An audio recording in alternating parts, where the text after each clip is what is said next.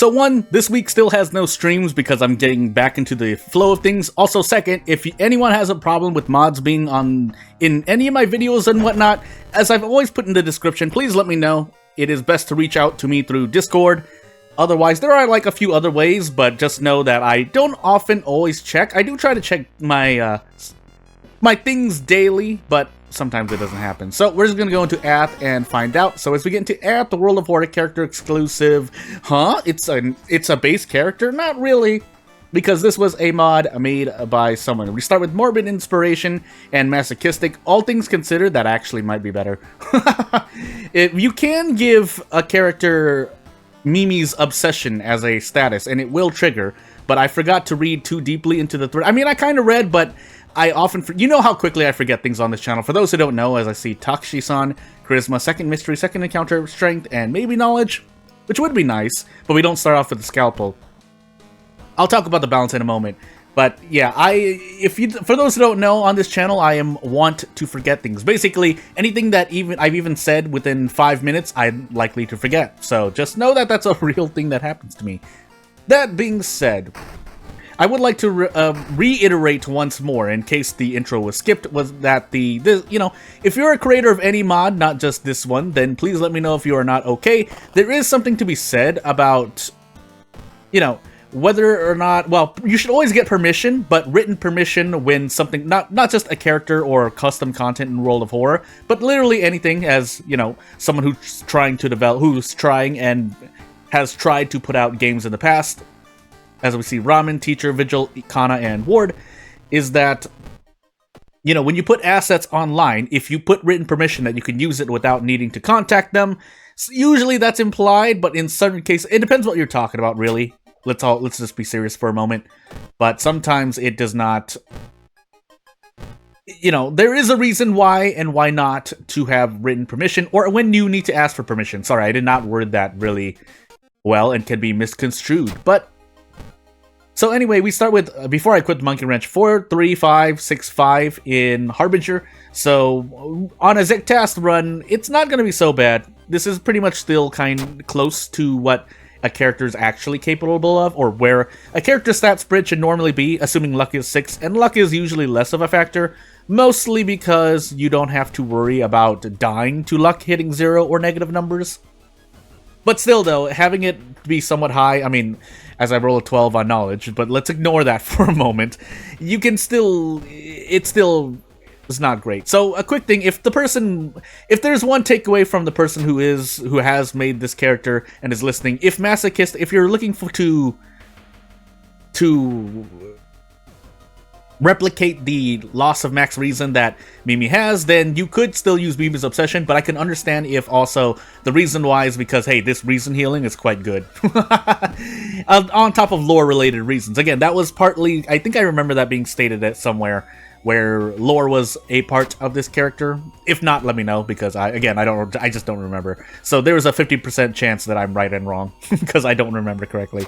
Anywho, nonetheless, not having a weapon isn't bad, I think, in my opinion, well, I'm sorry, let's not go the negative way, we'll go the positive way. If you have a weapon, your character usually is better, but with Morbid Inspiration and Masochistic combining together, that I do also value reason healing and anything involved with reason that gives you a positive effect, because, well, I feel you lose a lot more reason in this game.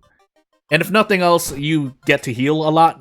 You get to heal less reason with the base events and base enemies, but that's just what I feel. But if that's the case, whatever those two possibilities, you get Morbid Inspiration, and then you get Masochistic, which both Masochistic heals you, and Morbid Inspiration grants you experience. Why am I going crazy? I don't often have this perk, so excuse me if I don't remember correctly. Not that I remember everything else, but yeah, when you lose reason, you gain experience, so because you lose more reason, I feel in general, that's more experience. That may or may not matter. And then regain 1 reason at the start of an enemy encounter, which helps mitigate a loss, especially if you're only taking 3 or 4. Now, if you're taking 5 or 6 reason, yeah, that can be an argument to say why it's bad, but at the same time, if you're losing like 5 or 6 HP after every encounter, on Harbinger specifically, it's you're probably going to die anyway, so there aren't a lot of perks that allow you to just lose that much HP. That being said, keeping in mind I also don't have the thingamajiggy, the hospital pass, so I forgot to grab the handcuffs as well because I was so immersed in the character and what they could and could not do. By the way, we're probably just going to run from this boss. At the same time, we want to keep our funds, which is what I was trying to say, really, because a pack of cigarettes would help a lot in Teacher. But if I don't get that, then yeah, we don't get that, because our doom is slowly and steadily creeping up, and I would not like that to be any higher if possible. A Dullness encounter would be appreciated, but there are at least 2 other encounters that would not be great. Also, yes, I'm just gonna say, usually I say things out there unless there's no reason for them to be said, but in this specific instance, I don't mind. So yes, I have fixed the sound thing that has been happening the last 2 videos. I understand why it can affect people's enjoyment of a video, but I mean, if you're with this channel, you know how much jank there's been, so I'm shrugging in real life. Also, can I even dodge with this? Dodge is great action, by the way. Yes, I know that we only have 3 dexterity, but still, with 3 strength, the Monkey Wrench still does wonders. So we might as well gamble again. We're gonna get out next turn anyway. Anyone looking for advice, if you're gonna get out next turn anyway and you don't have at least a good chance of 1 turn or defeating an enemy in your current turn in battle, then just go for a dodge or break, or go for a risky play, is what I'm trying to say. If you're not going to die. Obviously, there's a priority system, as my Doom shoots through the roof because of like 2 or 3, 4% Doom events in a row, but hey. Yeah, we definitely don't want to fight this boss if possible. I don't know if we have a choice. I need to pass this to lower Doom. This is one of the only other events I really remember. You know, event rolls are another thing, but it would have helped a bunch, but we did not get it. Now, I could try to defeat this encounter. I would have to get lucky, and then I'd actually have to probably throw the Monkey Wrench as well, and I don't want to do that. I could also send Kana, but that would not be smart. I can't brace into anything. That, again, that's my real, not this character specifically, but that's my gripe with characters that have less than pretty much 4 strength. 5 strength is when you can kind of fit in an attack, but since we can't do that. And then, old gods forbid, we can use dodge correct. You know, you could actually, let's put some constructive criticism or suggestions forth, because usually I'm a huge, oh, we also have serial killer and hospital staff. That's why we have anatomy class and doomed already. Again, a lot of reason healing is great. But if we were to give suggestions where I like it when someone, me included, gives suggestions on top of criticism. That way, even if it's a dumb idea, at least you can try to contribute something. So in this case, you could add a perk that essentially halves the cost of Dodge's time unit cost. Dodge would still be bounced. Like, it, I can't stress that enough. Well, would it be? Yeah, half. Because anything that costs 50 to 60 time units is kind of the threshold for whether or not you can do anything significant in a turn, usually. Now, obviously, with Monkey, you could probably still fit prep attack Monkey Wrench. But what I'm saying is, if you're using a faster weapon, and by indirectly this would buff faster weapons. Again, this is just my little, it is a subjective perspective, because I look poorly on faster and weapons that do 3 damage in this game.